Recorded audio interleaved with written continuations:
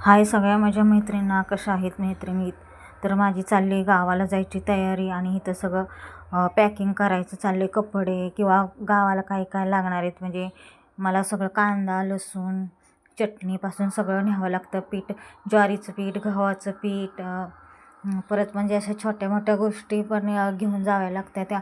आणि म्हणजे आज शनिवार आहे आणि गावाला थंडी पण आहे जास्त. आता आम्ही जर शनिवारी रात्री जर म्हणजे निघालो तर तर आम्ही पहाटेचं पोचतो. मग पहाटेचं मला वाटते 5 वाजता आम्ही पोचतो. 1 वाजता बसल्यावर किंवा 12:30-12च्या दरम्यान बसल्यावर. पण काय होतं सकाळी म्हणजे आत्ता थंडीचं दिवस चालू आहे, तर म्हटलं थंडीचं म्हणजे भराभरी तर मला ह्यांनी सांगितलेली करायला. पण एक विचार आला होता की एकतर थंडी चालू आहे, कसं जायचं. तर मी तुम्हाला दाखवते की मी काय काय सामान भरलं आहे. तर कसं गावाला जायचं म्हटल्यावर म्हणजे कसं गावाला कोण राहत नाही, असंच म्हणजे जायचं म्हणजे सगळं मला उरकूनच जावं लागतं. आणि 1 हप्त्यासाठी जायचं होतं, त्यामुळं मला सगळं ज्वारीचं पीठ, गव्हाचं पीठ म्हणजे बाकी मी तिथं ठेवलेलंच होतं भरणीला. आम्ही गेलो होतो सासूच्या की म्हणजे पोहे ठेवलेले होते, चहा पावडर, साखर, बेसन पीठ, असं छोटे मोठे गोष्टी ठेवलेल्या होत्या. म्हटलं बघू तरी काय म्हणजे खराब होते ह्याच्यातलं. म्हटलं मला वाटते साखर आणि चहा पावडर खराब नाही होणार, पण शेंगदाणे पण ठेवलेत त्याच्यामध्ये. आणि बघा माझी भराभरी पण चालली. आईचा ब्लाऊज शिवायचा चालला आहे आणि हे मी ब्लाऊज शिवत होती दिवसभर आणि कपडे भरायची राहिलेली होती. तर हे ओरडायला लागले मला. त्याच्यानंतर मग आम्ही तर शनिवार रात्री जेवलो बिवलं 11:30 वाजता. हे बोलले की नको जायला, आता थंडी पण जास्त आहे, मग आपण सकाळी म्हणजे दुसऱ्या दिवशी रविवारी सकाळी लवकर जाऊया. तर मग माझं सगळं आवरलं, आम्ही गाडीला बसलो. तर एवढा बघा आमचं सामान आहे, एवढ्या बॅगा. कारण वर्षश्राद्ध असल्यामुळं मला साड्या वगैरे नवीन घ्यायच्या होत्या, म्हणजे मी घेतलेल्याच होत्या. त्या 2 पिशव्या, परत आमचे म्हणजे घालायचे 1 हप्त्याभराचे कपडे. परत तिथं गेल्यानंतरनं सगळं म्हणजे ज्वारीचं पीठ हे सगळं मी ठिक्यात बांधून घेतलेलं होतं. तर आम्ही मागं बसलेलो होतो, तर पूर्ण म्हणजे ते भरलेलंच होतं. आम्ही सगळ्यात शेवट बसलेलो होतो. तर इथं पनवेलमध्ये आम्ही आलो. आम्हाला गाडी पण लवकर भेटली खरं तर तिथून कळंबोलीतून. म्हटलं बरं झालं. आणि कळंबोलीत आल्यानंतर मग म्हणजे गाडी भेटली आम्हाला. त्याच्यानंतर आम्ही आलो 4 वाजता. आम्ही 9:30 वाजता बसलेलो होतो. घरी पोचलो आम्ही 4:30 वाजता बरोबर पोचलो. कारण आम्ही तिथं खंडाळ्यात उतरलो, पारगाव खंडाळ्यात. तर तिथं बऱ्याच वस्तू घेतल्या. घराला कलर द्यायचा होता, कलर पण घेतला. परत भाजीपाला पण मी घेतला, कारण रविवारी खंडाळ्यामध्ये बाजार भरतो.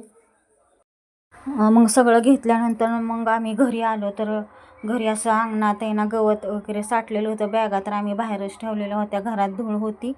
आणि हे काय तुम्हाला दिसत असेल की बॅगा बाहेरच ठेवलेल्या आहेत, कारण आतमध्ये ना साफसफाई चाललेली होती. म्हणजे आम्ही दोघं आधी बाहेरच करत होतो आणि गवत मी काढत होती. आणि मी कृतिकाला बोलत होते किती छान वाटते गावाला. गावाला म्हणजे एवढे म्हणजे मी लग्नाच्या आधी असं गवत काढत होती, आता म्हणजे आता लग्न झाल्यापासून सवय नाही. आणि बरं घरात तरी खुरपं सापडलं म्हणून ते मी गवत काढायला मला सोपं पडलं. आणि खरं गावाला छान वाटतं, असं छान मोकळं असं म्हणजे अंगण, कुठं पण काय पण ठेवलं तरी काय वाटत नाही. आणि एवढी तरी घाण झाली नव्हती. पहिलं तर माझं नवीन लग्न झालं तर एकदम माझ्या कमरे इतकं गवत यायचं. ही तरी थोडं थोडं आहे म्हणून म्हणजे पहिलं म्हणजे असं हे नव्हतं ना, जास्त खड्ड्यासारखं होतं ते भरून घेतलेले मुरुमाने, त्याच्यामुळं ती जरा गवत कमी यायला लागले. आणि मी म्हणजे मला खरं तर गावालाच आवडतं, पोरांना नाही जास्त आवडत गावाला राहायला. आणि 1 हप्त्याची सुट्टी घेऊनच तर आम्ही आलेलोच होतो. आणि थंडीचं वातावरण असल्यामुळे ना लयच भारी वाटत होतं, कारण गरम होतच नव्हतं, थंडीच वाजत होती आणि ऊन पण पडलेलं होतं असं मस्तपैकी. 4, 4:15 वाजून 4:30 तर वाजलेच असतील, घड्याळ काय बघितलंच नाही.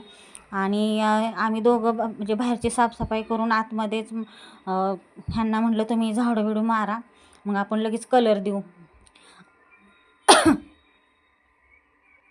घराला कलर द्यायचा होता, ते कलर पण आणलेला होता. म्हणजे कलर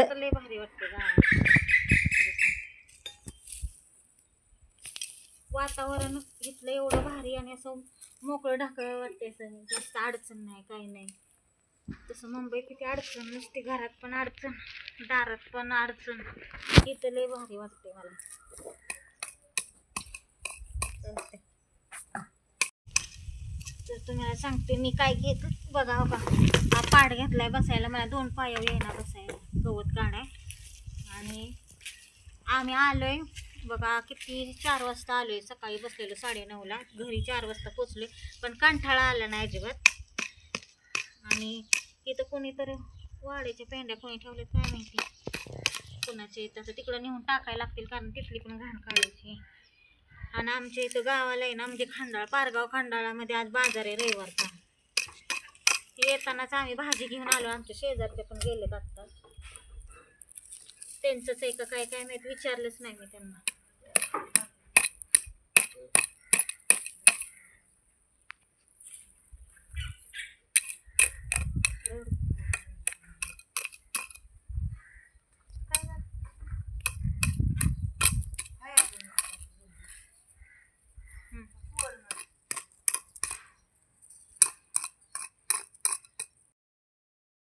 तर हे बघा सगळं स्वच्छ केलं आहे, अंगण एकदम क्लीनच झालेलं आहे. सगळं गवत काढून झाडं वगैरे मारलं आहे. आता फक्त काय राहिलं आहे माहिती आहे का, ते झाड आहेत ना कापायचे आहेत.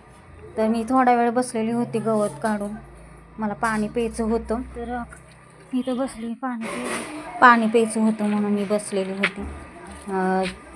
तर गावाला आता बघा आज रविवार आहे, तर आता उद्या परत म्हणजे साफसफाई तर जाणार सोमवारी. आणि मंगळवारी बाकीचं सगळं सामान आणावं लागणार, म्हणजे जेवढं आचार्यांनी दिलं आहे ना तेवढं सगळं आणावं लागणार आहे. तर हे सगळं बघा झाडं वगैरे मारून घेतला. आचार्यांनी पण आम्हाला, म्हणजे आम्ही 100 माणसांचं जेवण सांगितलेलं त्यांना, त्याप्रमाणे त्यांनी आम्हाला सामान आणायला सांगितलं. तर ते सामान आणायचे आहेत. परत ते 13 बायकांना जे बसवतात ना विधवा, त्यांच्यासाठी ते तांबे आणणारे ते पण आणायचे. परत जी बाई महिना जेवण घालते त्यांच्यासाठी साडी आणायची होती, ती मी आणायची म्हणजे मला वेळच नाही भेटला. मग त्यांच्यासाठी साडी राहिली आणायची.